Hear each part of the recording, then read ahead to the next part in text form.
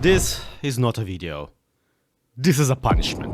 A while ago I already attempted to beat S.T.A.L.K.E.R using only the Makarov Pistol, to some interesting results. This is my sniper Makarov. And this is how much damage one shot from it does to a military chopper! Well, that video turned out to be not entirely valid, thanks to some viewers pointing out that the stability mod I had installed comes with revised ballistics, which I, of course, also installed and completely forgot about. Those viewers are incredibly clever, and I am not lingering on this moment because it exposes me as a bit of a moron. Thankfully, the developers have since released the enhanced edition of the Stalker games, which are supposedly more stable anyway, but more importantly, never have been modded on my computer. In fact, I uninstalled my Steam version of Clear Sky just to make this an extra clean playthrough. And, as a punishment for accidentally tricking my viewers, today I am also not allowed to modify my gun in-game as well. Yeah, Clear Sky was the first of the Stalker series that lets you upgrade your weapon, and we're just going to ignore that entire system for the rest of the game. In other words, we're trying to beat the most brutal game in the series with the weakest pistol without making it any stronger. This is going to hurt. We open, as many do, in a wet radioactive swamp, and we'll spend much of our time in it. You can't see why I find this game so relatable. The premise here is that our main guy was leading some scientists through the swamp when group got wiped out by an unexpected emission storm. This is actually only the second appearance of an emission in this game series, so you could be forgiven for assuming that this is in fact the same blowout from the end of Stalker 1. However, as it soon turns out, the entire game is actually a prequel, and our main goal is to kind of prevent the first game from happening. Mind blown. Which is not just me saying that, this is the actual diagnosis given to the main character. Though the big emission left him alive, it seemed to have rearranged his brain quite significantly, and proud to admit that that is the part of the character that I will be roleplaying the hardest today. Rescued by the mysterious Clear Sky faction, the mercenary named S.T.A.L.K.E.R has to help them track down the group of stalkers trying to break through to the center of the zone, and become one of the main antagonists of Stalker 2. And unfortunately for him, I won't let him use anything but an unmodded Makarov to do that. Which is a much bigger deal than you would think actually. See, despite being on a rather tight timer plot-wise, we're literally supposed to be chasing some guy. We can't get to that without first completely taking over the swamp region for our new shiny Clear Sky faction. Sure, you can't get to the center of the zone in the first game in like 5 in-game minutes. But I'm sure these guys I'm chasing will wait until I destroy 10 to 15 bandit camps. Point is, the first big mission is just a lot of combat, just shooting guys non-stop, and that's where your regular player will notice just how much harder that combat is compared to the regular Stalker experience. This has always been the main thing about Clear Sky within the fanbase, the idea that it's tough as nails. And fair enough, it can be, but that's actually because it is balanced around the final fully upgraded versions of the weapons. Which, fair enough, you can actually pimp out your handgun right out of the gate, the technician is right there. And I say, you can, because I can't. For the record, the difficulty for this entire video is set to Master, which is supposed to be the hardest option. Whether it actually is, let me know in the comments. There are so many people arguing now that it actually gets easier than the Novice, and I would absolutely expect a flub like that from these developers. Like, check this out. This is a fake-out intro mission where you think you're supposed to fight these boars, but in reality, an mission begins and you get rescued back to the base. However, I managed to die before that happened, and reloaded a quick save. So instead of that, the mission animation just never begins, and it looks like the NPC I'm here to rescue just died of nothing. And then also the main character just decided to take a nap. This edition is so enhanced, you guys. Regardless, we wake up, get our bearings, and take off to the Great Swamps to fight a tough war with the devious Renegade faction. They are literally just bandits, like not even reskinned. The goal here is to help your faction take over the bases of your enemy, which, yes, means you need to escort your groups to those bases and also make sure that they survive the counterattacks.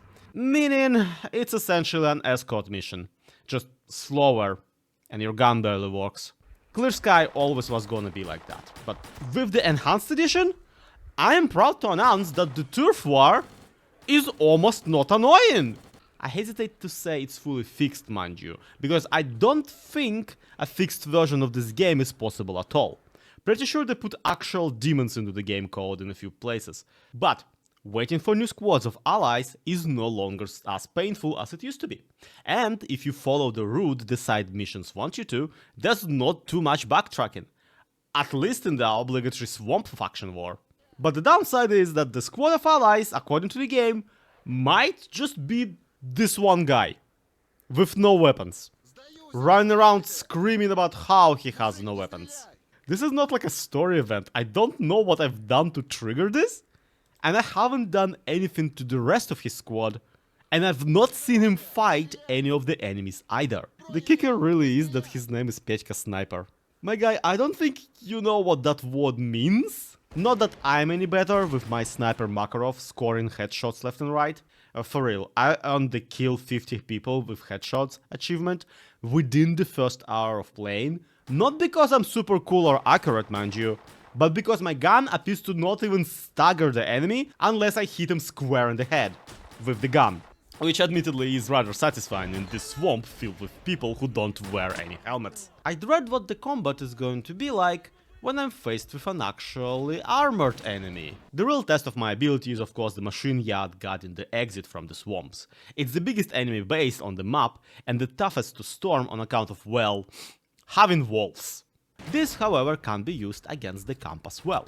If you shake up the hornet's nest from one side, all the hornets will gravitate there and not really notice that you've already snuck to the other side of the place and are picking them off one by one. This of course is easier said than done, especially here, where I have an extra debuff in the fact that my bullets don't really work, and I'm still wearing the wet leather jacket they found me in back in the cutscene. In short, a lot of deaths. Someone more clever would at least use this to pinpoint the exact location of the bandits, but in all honesty, I think I'm just sort of a gambling addict at this point, replaying the same quick draw over and over, for some reason expecting to really be quick enough this time. Still, with enough swoops from multiple sides, I really do take out everyone in the base. If only because I actually respawn and the enemies do not. And that's when I barely scrape by my final bandage, and wait, and wait, and wait, and no one is coming to claim the base. Nor any of the bases I cleared out on my way here. Usually I would already see my allies take over one of these spots and lose it to the counter-attack. But not even a blip on the radar shows up to indicate a squad moving around the swamp. I mean, not even a blip, except for this one, marking the one guy with no weapons that I met. But it couldn't be that the game would just keep him alive and not give me any new squads, right? Right? Scorching every renegade camp I find on the way, I return to Pedro Sniper and find him in the same bush I left him in. Part of his scripting appears to be telling him to go forth and explode a nearby bandit camp. The other part seems to want him to run away screaming. He instead settled on the worst of both worlds and is standing here screaming about how he has no weapons and begging not to shoot him. Truly an utter failure of fight or flight reflex. Hoping that this will fix something, I give the sniper a sawed-off shotgun that I picked up off of the nearby bandit. And indeed, this changes him into a murderous rampage mode. Petro starts marching towards the nearby broken truck, and together we break through the encampment. However, this doesn't quench this man's bloodlust, and my new friend continues to walk onwards. I thought he would just join this other Clear Sky camp as a reinforcement, but that doesn't happen either, and he passes the tower, having recruited no friends to his side. He's still an army of one, with nothing but most of a rifle and a brain-damaged Makarov enthusiast by his side. Our march continues until we reach the second biggest bandit camp on the location, the abandoned church, where I can only assume he plans to fight God himself. this is where the man once again starts unloading at the opposition. A very impressive thing to do when you were only given 2 bullets and have shot 5 since. I join in on the crusade, and to my surprise, Petya Sniper survives through the complete takeover of the religion. Thankfully, instead of charging further, he really does set up camp here. Unfortunately, while the 2 of us defend the gates of heaven from a bandit counterattack, some bums take over the now empty machine yard. So I retake it back, in Petya's name, now assisted by a group of Clear-Sky Crusaders. We do well, but unfortunately Petya himself does in fact die for our sins at some point while I wasn't looking. Thankfully, he picked a perfect place to do that, since the church does indeed have a few open graves in the back. So, I drag his corpse into one and hold a minute of silence in his memory. I will not be here in 3 days to check if he gets up, don't even ask me. In my fighting, I find that another big issue is bleed damage. The original Stalker bleeding effect is bad enough, because it really just never stops until you bandage up. So if you're caught without a bandage, you're pretty much doomed. Luckily, most of the enemies carry them as frequently as the medkits. I'm not going to surprise anyone when I say, Clear-Sky one is even worse. It's hard to explain really, but I think it's just bandages not being a frequent loot, combined with the smaller, less obvious indicator. Shadow of Chernobyl and Call of Pripyat show these massive round effect icons on your screen. Meanwhile, Clear-Sky just gives you this tiny bleed icon next to the health bar. And that just wasn't worth revising for an enhanced version apparently. So I have to make sure to stock up with the bandages right at the first trader. He of course only carries 1 of 2, but if I save right after buying one and then reload, his inventory actually restocks. So that's a life hack for next time you decide to beat this game in the dumbest way possible. Please do not, I don't want you to hurt yourself that much. And with the best Clear-Sky armor in the game, 28 bandages, 8 medkits, and 1400 PM bullets, I finally walk out to the Cordon. And directly under the machine gun fire. This time intentionally, mind you. I know this encounter with the army can be avoided if you just take the upper passage like a normal person, but I really wanted to see how the enhanced edition handles the machine gun nests. Pretty much because in the original, this stupid thing is inescapable, and running through this side of the Cordon was bordering on impossible. This time, yeah, just hoofing it from the start doesn't work either. You have to be a little more clever than that. First you'll have to run to this rock, and sit there hunched over with both X and Ctrl pressed until the army sends out a patrol to check if you're dead. I'm not sure they are afraid to fire at their own men, but this is the only way I could actually run out from under the machine gun fire. Fighting off the patrol, then really booking it for the bushes. And even then I had to spam the medkit button. Which yeah, there is a medkit and a bandage button, just so you know. Supposedly for the enhanced edition, the developers have backported the quick access button from Call of Pripyat back into the first 2 games. But I honestly completely failed to find that interface, so I just rebound the medkit and bandage buttons that were already in the game to F2 and F3, from the default layout, which would be brackets. Sidorovich is on his 2nd regeneration, so he's in great mood, and he admits that there was indeed a stalker asking for some weird door decoding electronics, though he refuses to elaborate until I help him sort out the situation between the stalkers and the army. The idea that the whole zone will blow up if I don't catch the guy simply doesn't bother the one idiot actually living in it, so I have to agree to help. What I can gather is that the loners have a military commander hostage, and he refuses to give up where he stashed the loot they both owe to Sidorovich. And that knowledge is the only thing keeping him alive, since he sold a few stalkers to bandits as slaves. Things are tense, the army is having open shootouts with loners, and I don't make the situation any better by giving the only unarmed soldier a gun. Yeah, you can find the driver of the captive commander under the bridge and tell him that you want to go rescue his boss. They did cancel the part of the game where you can actually do that, so once you give the soldier a gun, he just opens fire at you. Which is why I just let him have my spare PM and run off. Looking forward to finding his corpse sometime, the zone will take him. On my way to the loner main base, there's always a shootout with some military, so I join in and help the soldiers discover that it is actually a very bad idea to not wear a helmet in a combat situation. I would know, I'm not wearing one either. Talking to the leader of the loner camp, we find out that the commander had two of his friends that still could come rescue him, so we will have to take care of their squads. Which we will do after I stand there the whole night staring at the sky. This video is already 90% darkness by volume. I refuse to go aim at people's heads without being able to see them. Riveting gameplay, I know. Strelok must be at the nuclear plant already getting all marked one, and I'm here bandage maxing. Obviously, by the time I show up to the granary, all my allies are dead, and the few army boys still left there are significantly damaged. Not that it matters much, again, none of them wear helmets. Once everyone lays down for a nap, Valerian calls me to tell that they actually need to eliminate a different group of the military, so I have to dredge all the way to the vehicle station from the first mission of the first game. The enemies here are a little bit more durable than the regular grunts, but I can still get an advantage by trying to execute the pincer maneuver with my own little army. By which I mean, I just ignore the group that I'm supposed to help and approach the place from the opposite side. This makes it so I get to shoot some soldiers in the back, treacherously, as opposed to in the face, poorly. Again, this pistol isn't doing any real damage, especially not against anyone wearing the barrel suits. I also encounter my first moment of an enemy throwing a grenade. This was the first game in the series where NPCs could do that, and as a result, Clear is quite infamous for enemies grenade spamming, which at first I thought was fixed for the enhanced edition. Silly me, it's still here in full force, just much later into the game. With both squads of their reinforcements now out of commission, the military commander gives up the coordinates of the loot, and I get to bring back the box that Sidorich so wanted.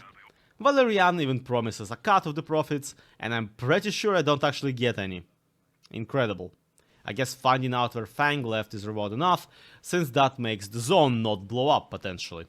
At this point, I have completed the quest for the Loner faction and I'm allowed to join them in their crusade against the bandits from the garbage dump area, which I politely avoid because I've had enough team combat back in the swamps. As if by karma, I then get mugged upon entering the garbage, and the bandits take all 131 of my rubles. Yeah, the currency has been changed from just rubles to something called SR, which I can only assume stands for Stalker rubles. Or stupid rubles. Either way, the economy is in shambles. Well, jokes on them, right out of the ambush I find a stone flower artifact in an anomaly. Sure, it's useless to me, but it's more than 131 stupid rubles, I'll tell you. Ignoring the literal trash fire that the local politics are, I make my way to the last place where they saw Fang digging for door-breaking components. Surprising no one, everyone in there is dead. That's a whole thing in this game really, but at least we find a lead on the one guy who went to pass the electronics to Fang. He's actually also about to die, already surrounded by mutated dogs. I help him fight off the animals, but then also shoot him in the head to skip having to listen to him talk. Turns out, this still gives you the information you need to catch up with Fang, but also still gives you the savior achievement for rescuing the guy from the animals. Amazing. Turns out, Fang went deeper into the Dark Valley to see if the Freedom faction has anything for door opening. Which ironically they do, because a lot of their fighters are snipers and throwing an SVD at a door in this game at a right angle makes it glitch out and disappear completely. Now, however, the whole area is under quarantine because squad after squad the Freedom troops have been disappearing, killed by an unknown force. There's an air of mystery and paranoia about the situation, but Freedom guys still send you to one of the outposts to check on them, despite this being the first time they ever see you. Luckily for them, I can't kill them all, because by the time I come there, everyone's already dead. Meaning I get to straight up go to the base of the Freedom Stalkers, as opposed to into the ground after getting shot in the face by the Freedom Stalkers. Their leader won't talk to me right away either, and apparently no one but him noticed Fang bumming around asking for spare iPhone parts. So first, we'll have to do a couple missions for his second in command. Called Commandant because he commands the dance. First of all, he commands me to go deal with a psi-dog on nearby vehicle dump. This could spell trouble for me, because while needling the cloned animals is just as easy as with any other gun, where Makarov really struggles is the reload time, since the psi-dog can spawn additional fake version of itself that disappear when I fire. Then I have to waste ammo trying to spot the real one, and by that point my clip is done, so I have to reload, which gives the dog ample time to reset and summon more fake dogs. This way, this rather simple confrontation can actually spiral out of control really quickly, which is why I try to avoid mutant encounters in the future and focus on the non-magical enemies. Luckily, Clear-Sky as a game also focuses mostly on non-magical enemies. The prime example really is this set of missions in the Dark Valley. You keep thinking about what mysterious force could be keeping the Freedom Faction in such a nervous state, taking out their man in the dead of night. But then you're told to go investigate the next outpost and it's just more guys again! You thought it was some cool new mutant or at least a fun bloodsucker recolor. But it was actually just the commandant selling data to mercenaries, and you have to go shoot more guys to move the plot along. And frankly, there's better games I could go shoot more guys in. Some of them in the same franchise! Once the jig is up, the commandant abandons his post and disappears into the valley. So we have to track down where he went and kill him in exchange for information on the main story. We do so by helping Freedom Faction conquer the Merc base at the farm by the Cordon passage. And the word helping here is an interesting way to put it, given my damage output. Their leader also asked me to keep him abreast of the situation. Keep me abreast of any new information. And I promised to bring him both. Despite my whinging, the Makarov damage hasn't actually completely fallen off, thanks to the most plot mercenaries still wearing just the gas masks and the hoodies. As long as I can get close enough and aim around the head, I can kind of contribute to the fight. Ironically, the commandant with his beryl helmet would be a tougher enemy for me, but the mercenaries have already killed him! Take a shot for every time when you come somewhere and everyone's already dead in this game, and you'll have more shots in you than I got bullets. Actually, what I really struggle for at this point in the game are the bandages. So helpfully the Freedom Leader gives me some money to immediately give him back via the local trader. And quite enthusiastically, I decide to try and reload the game in front of the guy to get the shop's inventory to restock like I did before. But to my surprise, that makes him completely disappear. At least for a moment, he actually does run back in and sit at his chair, though he does it through a nearby wall. Alrighty, show me your harvest. This edition is so enhanced, you guys! By this point in the plot, I am given Fang's PDA signal directly and can track it to the particular spot in the garbage area. But as I walk into the basement, everything fades to white with a loud boom, and I fall down into the small in-engine cutscene. This place is pretty damn good. Look at all these stalkers charging in here like flies to honey. I wonder what they're after. Turns out, two bandits have set up a grenade trap down in this hole and have actually robbed Fang, which is why his PDA is tracking to this exact place. They also have now robbed me. Hope they feel happier now that they got 1400 PM bullets. While being a cooler moment in the game, this implies that in a robbery situation, Fang chose to throw his phone at the bandits before running away. Luckily he also dropped here his PM, I assume, so I get a fresh gun to enact my vengeance with. But not right away.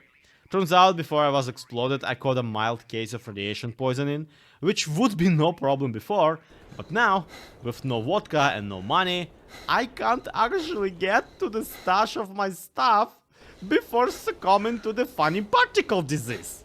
I try a couple of times to come to the place that the bandits are roosting and fight, but just can't get to the chest with all my stuff in time. So I have to reload the save from shortly before I went to the Boom Boom basement and preemptively drink some iodine. We'll save the festivities for the eventual Can You Beat Stalker Clear-Sky with radiation poisoning video. Lebedev called me up to tell me that, actually, he was right about everything and we have to kill Strelok, or else the zone kills pretty much everyone and itself. This is a plot twist that changed literally nothing. A plot straight, if you will. Having stolen Fang's pistol, I am off to steal the rest of the group's stash. It's still in the Agroprom underground, so we are playing all the hits, really.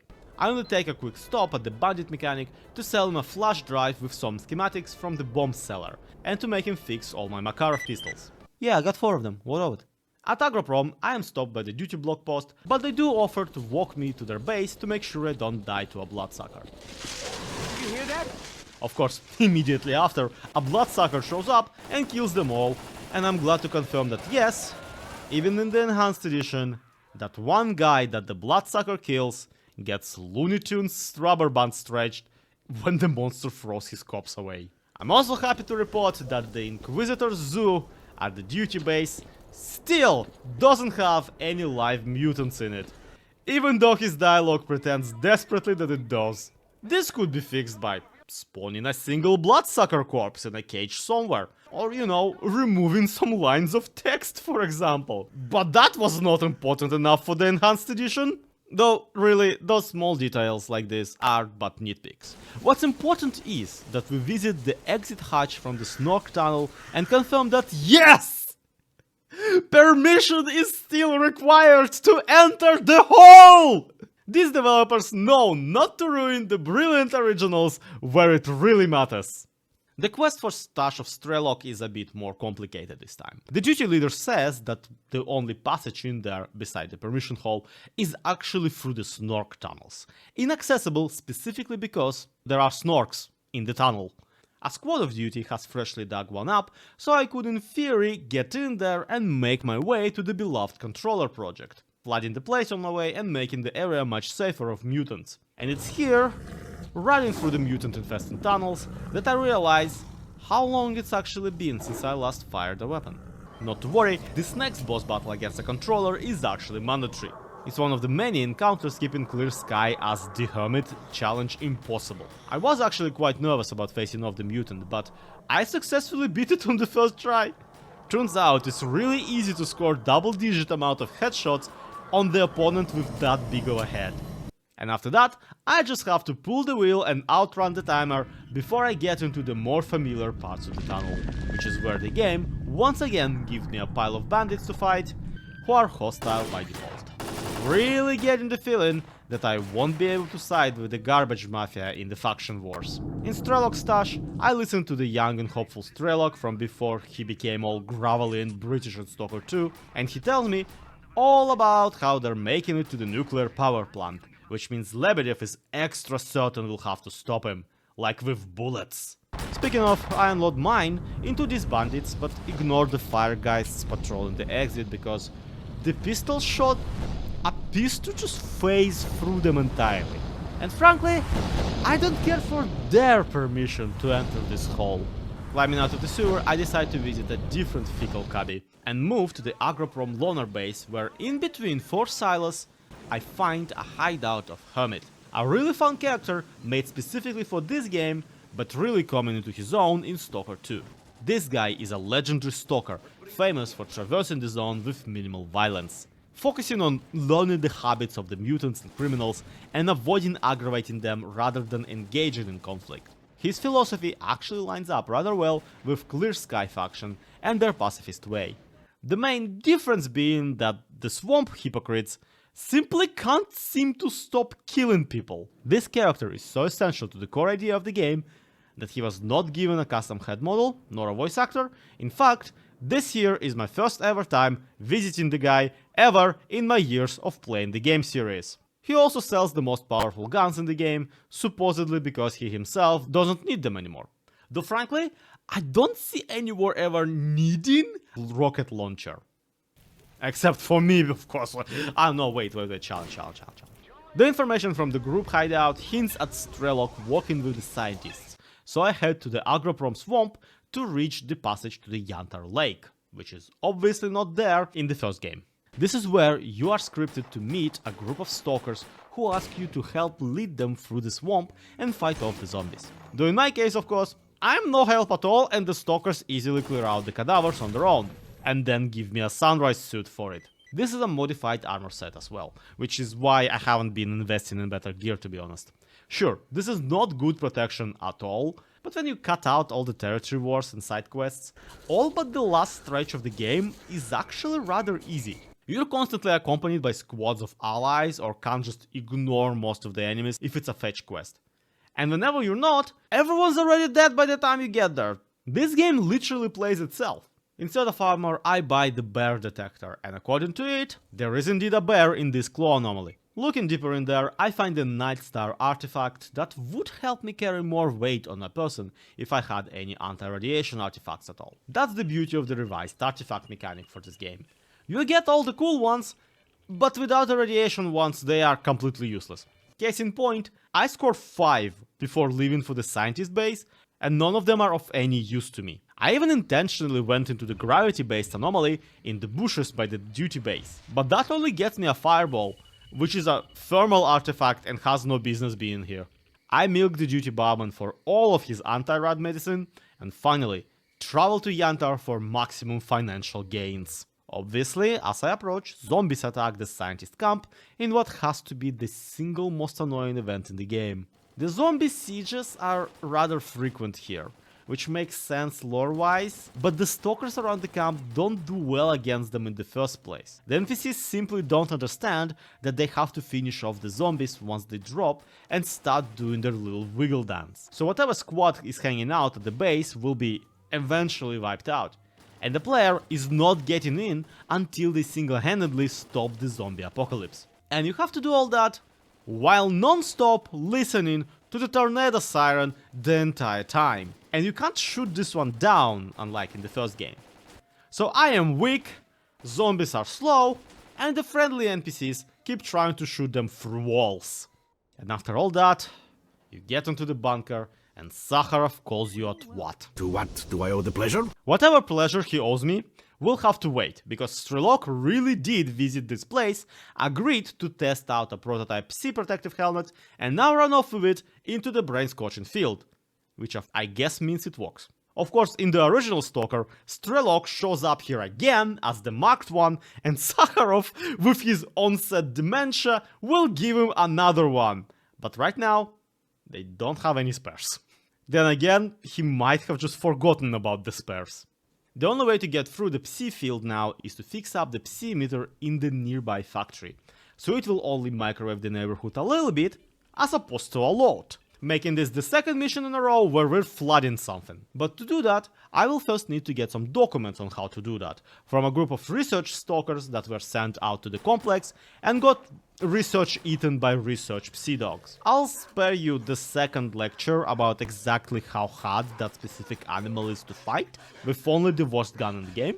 On the upside, there's another anomaly here that I get to explore, and luckily I just bought a Veles detector. So, please stop telling me that there's one in the swamps. I have no idea where it is.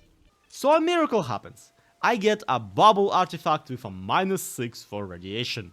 This means that once I get an eye from this claw, I can put it right on and finally get some bleeding protections, so I don't have to watch the tiny indicator on the hood anymore. Damn it, the bleed damage in this game is a menace, and it's so nice to not have to worry about it as much. This, however, will not help me at all in this next bit, where Clear the game pulls you back and sits you down for one of its patented choreographed fight sequences. The player can't simply go and fix the cooling system. They can only assist the NPCs by providing them with cover. The scientists have a stalker group in their employ, led by Lefty, and it's this squad of invulnerable characters that will actually do the important work while the player watches from afar, only sniping at whatever zombies are coming your way. And that's where I found out that my gun doesn't at all reach any of them. I try to get down from my roof and go closer up, because the Psi emission on the ground level is basically insta-kill. I am given an ally to help me through, an exoskeleton stalker also sniping the enemies from the same roof. And as the event begins, I realize that he's using a shotgun. I even roll everything back to make sure that I have a Yantar rifle to give him for this exact purpose, but the guy simply refuses to pick it up and continues buckshotting the crowd from a mile away. This trash fire continues for the entire 3 minutes dedicated to protecting the fixed crew, after which the game seemingly just gives up and counts the mission as passed. Did I delete a mod poorly again, or is this the edition being enhanced? I don't know, but believe me, the video not ending right here and right now is actually not a good thing, because this means I'll have to play more of the game! For now, the Psi field of the factory has been stabilized, and I can actually see Strelok right on my minimap in the forest just beyond the gates. So obviously, I stop everything and go explore the 2 electric anomalies by the complex's entrance, which does score me not one, but two spring artifacts. With +3 radiation each, I can equip both at the same time to get a serious boost to my stamina regeneration. And the next part is the one where you run after Strelok on foot. Man, it would be so funny if I could deadass outrun him, but no. The game is not scripted that way. Even the cutscene of him running is not here for some reason, and I just hear Lebedev radio in to say "Merc, hurry up," which, now that I think about it, could replace any lines of Lebedev's dialogue since I left the swamps. I chase Strelok down into the tunnel leading to Lymansk, but he blows it up behind himself to stop my pursuit. Typical. That's when the group of stalkers he hired to protect him kills me. But when I reload a save, they all suddenly turn friendly and just output the default random loner greeting. They're not giving me any unique dialogue, nor do I now have any main plot objectives. I only have a side task to kill everyone in the ambush, which does seem ill-advised. So I just waddle into the woods, and miraculously that actually works.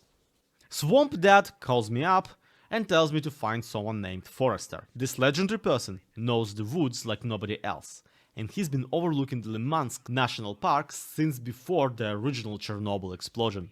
So even now that the park has become this red forest, this man can find us a way to reach the power plant.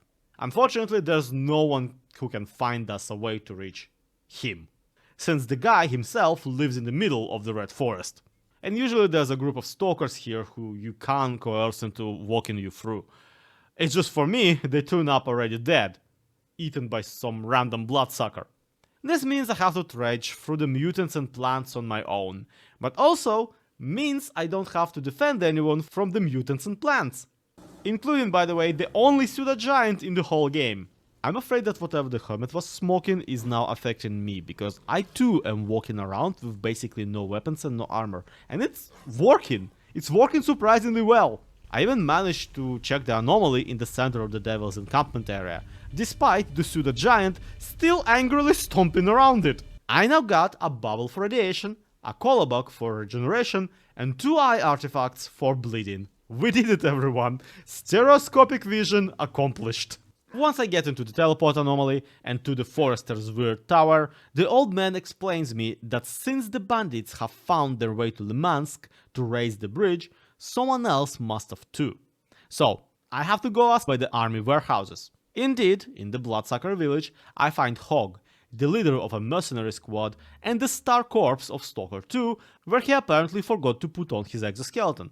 His group was working the area at the time of the big blowout, and some of them got trapped. First and foremost, we need to try and get the radio signal from the nearby tower populated by the bloodsuckers, which I know it is, because as I approach, I find one trying to run into a wall. It eventually notices me and tries to kill me, which is also my reaction when I'm caught doing something embarrassing. But instead of fighting it, I just climb the ladder to where I can hear the mercenary podcast and then run back to Hog and his friends.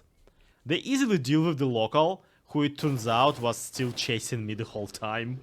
We find out the Merc group is stuck in a special anomaly that they can't navigate their way out of. But I am much more interested in this random brick hanging from the electrical wires. Because why?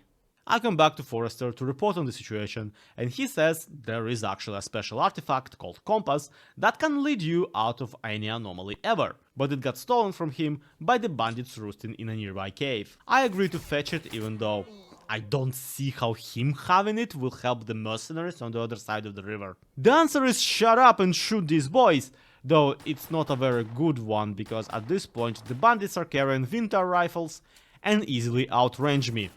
And also outkill me. With this astonishing difference in firepower, I of course try to just rush in and snatch the weird puppet ball, but because of the tight nature of the tunnel, I only get shredded faster. I can maybe win a sneak attack on one of the crooks, but then the rest easily perforates me. Anti-bleed artifacts come in clutch, and so do the headshots, which actually don't take out the enemy either, but at least interrupt them for long enough that I can deliver another headshot. There's also this guy who seems stuck in a wall. And of course, after the deed is done, and I killed everything in the tunnel, a duty squad moves in and claims the hideout as their own. Thanks guys, you're a lot of help. Forrester is delighted to have his weird ball back, and agrees to radio in the solution to the bubble anomaly to the stuck mercenary. Yep, after the whole thing with the artifact, he's just going to phone them how to get out. Did his funny rock tell him how to resolve that, or did he never need it and just didn't want to help without a favor first? Either how, I have to clear out the military at the army warehouses so that Freedom can move in time for the first game to start. I'm even given a squad of allied Freedomers to assist me. Which doesn't look like they will make much of a difference, because not only do all the enemies wear helmets, they also seem to have remembered how to throw grenades. If you're wondering how many PM headshots it takes to deal with one of the army boys at this point in the game, the answer is this many? This playthrough is going great! This, by the way, was the sniper over the backyard of the base. And it took me 10 minutes of dying and restarting to get to him. Because my armor is utter trash by local standards. My delightfully ineffective range also means I can't just take the sniper's place to snipe at the soldiers. I have to get back down and storm the building. At the very least, there's a helpful stash near the tank, and in it I find a rocket launcher. Obviously I'm not allowed to use it on my own, but I realize I can try and convince one of my allies to shoot it. Except that this one guy just refuses to pick it up. Only a grenade actually forces him to do literally anything, which is not helpful. I then reload all the way back when we started and give the bazooka to a different guy, who does use it to shoot directly at the tank we're hiding behind and explode all of us. Thank you for that. The winning strategy in the end is to give up on your freedom brethren and abuse this window on the side of the building to clear out some of the first floor. This way you can shoot all the way through the corridor and then haul up in the close quarters battle against an enemy who can't really shoot from around the corner. Eventually this way I whittle the squad down to the final survivor, who for some reason is way tougher to kill than anyone else. This is like not a boss battle. Why is this suddenly a boss battle? Only then, having killed pretty much everyone, we can finally use the radio tower that I cleared out basically as a first thing that I did here. Forrester leads the mercenaries out of the mysterious space bubble, and I just stand there wishing I was doing that instead of this tedious shooting. Clear the game is really good at hinting at concepts way cooler than the game, and then giving you 20 more guys to kill. Speaking of, it is now time for the infamous Lymansk bridge, which is infamous to myself and myself only. You'll see why. This is, however, also where the final push for the end of the game would begin, so I make sure to carefully walk around the actual plot event and instead go artifact hunting. Basically, I need to grind up some money for better armor, because from here on, the game stops being an open world RPG and becomes a first-person shooter. And since I'm the first person here, I'm gonna get shot a lot. A trip to Sakharov through the garbage nets me another 60,000 Soviet rubles, which is enough for 3 Seva suits or maybe a Bulat. And checking how Bulat compares to my Sunrise suit that I've been wearing up until now, yeah, I'm beginning to see why I've been dying so much. I decide to upgrade my new outfit on my way back, and because this game is great, an mission begins right as I get to the technician. And you can't speak to the technician while there's an emission. When you make plans for the day, the zone is giggling. My money gets me every upgrade for the suit except the better night vision, but I do remember there being an artifact in the bandit cave in the Red Forest that I could probably trade for more money. At the time I couldn't get it because the poltergeists roaming the underground anomalies would basically soft lock me in the toxic pit. And after like 30 minutes of chasing them around, I simply lost my patience and decided to undo the reality in which I fell down that particular set of stairs. But by now it seems the duty squad that moved in has actually gotten rid of the spooky ghosts. So the thing is, mine for the taking. My celebrating is interrupted though, as on my way back to the trades, I accidentally walk too close to Lebedev and his cutscene activates, leading me into the taking of the bridge. I can try and walk away, I think, but it's not going to stop Lebedev from repeating his 3 voice lines at me forever. This whole thing feels so deeply incompatible with the open world premise of the game, and it's the main story of the open world game. The shootout begins and first thing I do is stand there for an entire night, so that we can at the very least do this while I can see things. By the morning my allies are still not dead, so yeah, I agree to participate. And here's the situation. This is another babysitting mission. The mercenaries on the other side of the bridge need to make their way to the crank that will lower the bridge and survive long enough down there to really crank it. The player needs to defend the riverside from the bandits from across the radioactive stream. The main threat will be a recurrent group of bandits coming from the left side of the location. But obviously, with my idiot gun, I can't reach it from the tower where the mission starts out.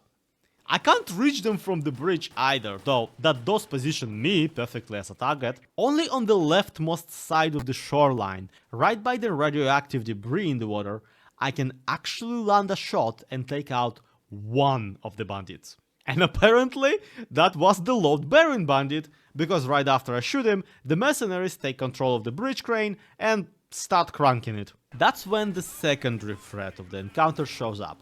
The sniper at the top of the hill that I have to take out so my guys can crank in peace. And that's why this bit is so infamous for me. But I can't so much as see the hill from down where I'm standing, so I'll make my way back to the tower and try again. This is why this encounter is so infamous.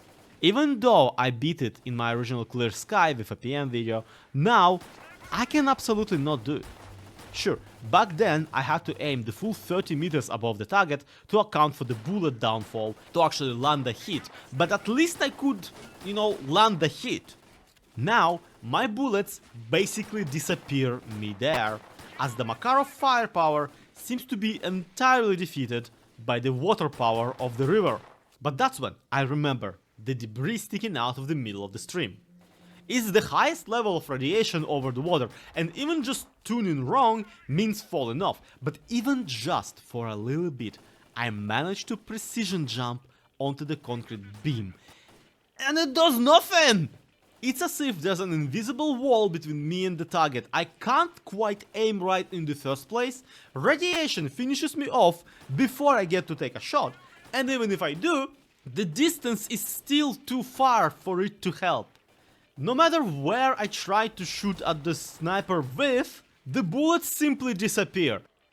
But I have one final trick up my sleeve. I remember from way back in the swamps. Petya Sniper.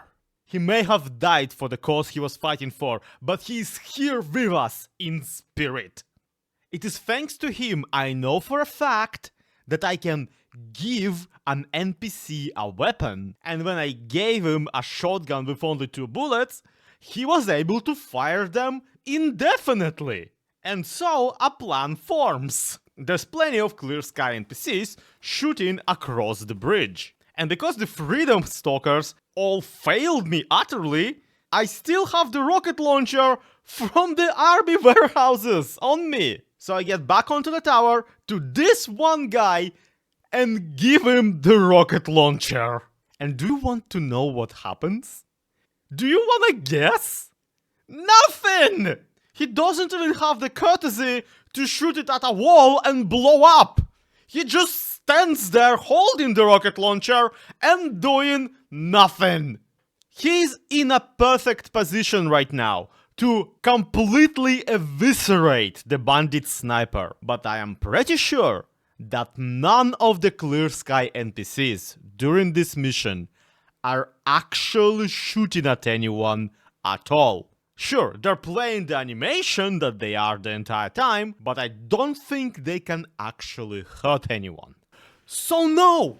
You cannot beat Stalker Clear Sky using only an unmodded Makarov Pistol. I have failed you as a creator, but hey! At least this torture festival run can finally end, right? At least we're done with the video, right? Right? I took out the Yantar that the forester gifted me at some point and shoot the sniper off. I then take out my Makarov and finish every other enemy. This is not a video. This is a punishment. I'm sorry I was mistaken about this mission that other time. I'm just very bad about unmodding the Stalker games. I am now going to go through the rest of the game using only an unmodded Makarov pistol. I mean, we gotta see the helicopter! Lebedev, looking vaguely black for some reason, tells me that we now have to go storm Lymansk. Joke's on him. This is the final bit of the open world in this game before the lengthy shootout to the finish. So I stop the plot to crawl again and go massively resupply. I'm talking 38 medkits, full fix of all equipment and of course, that final upgrade on the armor. Could I have done more? Yeah, but that would prolong this run, so let's just do it. We enter the city and a massive weight lowers onto me. I remember the construction site near the end of the area. One of the toughest battles in the whole game series. And we're not dealing with the bandits anymore. It's monolithians now, the strongest bullet sponges in the game, but there's nothing in theory preventing me from actually killing them. And so, I have to try. At the entrance to the city, we meet two bandits who are surrendering. If you let them leave, they tell you of a monolith ambush ahead. It feels futile, fatalist. What use is knowing about that ambush if it's inevitable? Despite that, I do manage to bypass the encounter by just going around the building. No one told me that I could. A clear sky soldier on the other side tells me there's a machine gun nest ahead. He promises to draw attention while I storm the building. And he seems to really do a good job drawing attention, given that I appear to just walk right through the battle without doing anything. The monolithians leap out from behind their chest-high walls, and while the animation plays, I jump towards them and we just peacefully pass each other, like in an anime opening. Just as I ponder if the stuff that Hermit was smoking is really affecting me, I come across the bridge that the military has under fire, at least according to this group of the Clear Sky that's struggling to pass. But I seem to do it rather easily, and then easily come into the building. I don't think anyone here can twist their waist left or right, so just hiding behind a corner gives me a massive advantage. The machine gunner is down and I continue out of the murder house, not bothering to finish off any of his friends. I am so tired. The corridor of buildings leads me through an anomalous field. Stepping in any of the bubbles here will teleport you back to the beginning of the street. The visual's rather nice. I guess I got my spatial anomaly after all. Didn't even need a friend to solve it. And finally, I enter the abandoned construction site. Deep breaths. It's going to be okay. Before I can do anything, 3 grenades land at my feet and I explode. This is my first direct confrontation with the monolithians in this playthrough. They seem nice. So stealth is optional for this mission, and I'm not entirely sure that it at all works in the game. For a series called Stalker, it's pretty light on actually stalking, you know. The good old running is not going to work out either, since the enemies are rather dense. Same reason they're so resistant to bullets, really. After many attempts at combat, I figure out that there's 2 types of a monolithian here. A gas mask monolithian is actually almost okay. It only takes a couple of shots to the face to take him down. The other ones, however, are much more tanky and can take a good dozen of headshots to put down. Anything but going for the head from point blank is completely pointless. Going for the head from point blank is almost pointless. So having figured that out, I give up on actually trying to clear house. The battle here, at the end of the day, is not for some philosophical concept over the destiny of the zone. It's for the access to this exact stairway leading to the 2nd floor. If I can get there, I can get to the other side through a window and leave. But most of the monolithians also hang out inside of the building, with only a couple guarding the passage to the left. That passage, by the way, is a dead end, but one I can try and lure enemies towards, so they come at me in a predictable fashion. There's like 2 guys there, and I'm pretty sure I can take, okay, one of them, the other one's a little bit too tough. What's more, there's once again a convenient window on the side of the building that I can use to get back in and take down just the couple of grunts guarding the stairways. And from there, I honestly refuse to target anything but the medkit button and leave through another window and into the backyard where my Clear Sky friends are already waiting for me, probably wondering why didn't I just go around the thing. For how poorly this place usually goes, it honestly went better than I expected. It only made me consider quitting YouTube like twice. There's just one more obstacle on the way out of town. The monolith have barricaded the passage and rigged it to a generator. Going right through is insta-death, so I have to find the lever to shut it off by parkouring onto the nearby building. It's a much needed bit of urban exploration, just get to the ladder, pass on the pipes. I don't even kill anyone on my way down when I shut down the generator, since the gods really didn't expect me to come from above. Gamers don't look up. And now it's just the abandoned hospital between the nuclear power plant and myself. It's the most choreographed location in the game, where the area you have to pass is constantly either under sniper coverage or machine gun fire. Though it seems the initial bit was either reworked or completely broken, because I easily crossed the area that the machine gunner was covering without waiting for the Clear Sky boy to give me the go-ahead. The monolith sniper also did a funny after I passed him and glitched up into his nest through the floor. Good to see that in this game the scripting is stronger than even the physics. But that's not why we're here at all, is it? We know some monolith guys can be dispatched with enough bullets and save reloads, but we're not here for them.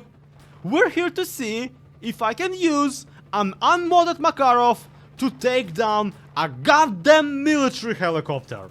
Feels kind of stupid that we've killed all the monolithians ourselves here. I feel like if we just waited for the helicopter to show up, that would have been done faster. The initial shots go to waste completely. Luckily, the thing has a boss health bar, so I can actually see for sure if I get any hits or not.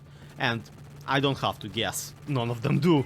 And I only have 800 bullets left, so we have to be real frugal about this. I say that and even I don't know if I'm joking. The lower floor is obviously a waste, none of my shots hit. So I get to the balconies on the higher elevation. And what a miracle, as I aim from the middle of the bridge, the little bit of red on the boss bar suddenly disappears. It does bleed. We can kill it! Soon, I find another spot where the pistol range checks out. The little corner of the map without a roof over it. The problem is that the helicopter doesn't come over it that frequently. I have to bait it into moving in there by going around and positioning myself approximately under the machine. This way it will have to adjust to get a clear shot at me. And sometimes that means returning to hovering over the one corner with no roof on, that you can actually reach it from with even an unmodded PM. However, as soon as you get under the helicopter to shoot at it, the same algorithm will kick in and the thing will fly off into the opposite corner of the map. By repeating the process over and over, you really can whittle it down and watch as it falls out of the sky and explodes. Well then, I guess we can shoot down a helicopter using a Makarov pistol. Who knew? I guess I won't need to actually use this machine gun I've been dragging around. So, yeah, you can kill a goddamn helicopter with the worst gun in the game. But that fucking bridge, I tell you! We actually have another small segment of combat here in the hospital. I don't know why the developers thought that they can ever top the helicopter battle, but they tried. Essentially, it's a minute in heaven with the monolith faction. You just gotta survive a minute until the Clear Sky reinforcement arrive, but while you wait, more and more monolith spawn in to keep you entertained. It's really never a problem, except right now for me, because gun bad. Usually by this point you get guns who are good, but not us! And I mean, I've killed monolithians before. I know I can do it, but the encounter really just doesn't work out for me. Until I start using this one trick, going out to the middle of the area so I can get multiple grenades thrown at me at the same time. Sounds counterintuitive, I know, but here's the thing. If I'm in the middle of the area when they throw the grenades, I can still run away. If I'm in my corner when I'm hiding from them, I'll just blow up. Eventually, Clear Sky shows up and clears the passage further in. Which they do, drumroll, using a rocket launcher. I gotta admit, it's pretty badass, but I can't help but feel like that rocket launcher could have helped with, you know, the helicopter. Well, it's all water under the proverbial bridge. As now we finally enter the nuclear power plant and begin the Strelok boss battle. You know the drill. Strelok is running on some pipes connecting the power plant building, and the area is swarming with monolithians. The player is given a mildly retextured Gauss rifle and needs to snipe him from key locations that they can use portals to move between. So my first order is to bomb rush the portals to see if I can catch up with Strelok and make sure that the PM bullets can even do damage on him at all. The bad news is, they can't. Even standing point blank and certainly hitting him doesn't lower his health at all. I can, however, try and shoot everyone else with the PM and only use the Gauss on Strelok, since that's technically not killing him. The good news is that they seem to have fixed the Strelok boss battle for the enhanced edition. Which is actually horrible news, because before they did, I could just kill him from the starting position in a few really quick shots. But now I can only land maybe half of them, and then I have to actually play the game and go chasing him around the portals. The portals, by the way, don't all lead to where I can shoot on him. Most of them are intermediate areas filled with monolith grunts. I can medkit spam through the first couple of bridges, but soon enough I get murdered and have to reload, and at some point I teleport in and get immediately blown up with a grenade before so much as taking the first step. And by that I mean grenades, multiple. 3 or 4 of them appear as soon as I slow down even a little bit. There simply is no going forward. But truth is, I don't need to go forward. All I need to do is shoot at Strelok, but now that I think about it, where is Strelok? Well, good news, the Strelok boss fight was never fixed. There's still a bug where if you reload a save, Strelok just falls off the hitting line. So he's been fallen off quite a while ago. I can't even find him right there on the ground if I myself also jump off. He's just standing there, being pointlessly shot at by the monolith. And joke's on them, this time it's them who doesn't have a Gauss rifle. But I do! So I zap Strelok a few times until his protection drops to 0, and by doing so, doom the entirety of Clear Sky as well as myself. All of us are getting reprogrammed for the Stalker program, including Strelok, because common consciousness are incredibly competent at their job. Congratulations everyone, Stalker 2 is now actually possible. I am so sorry.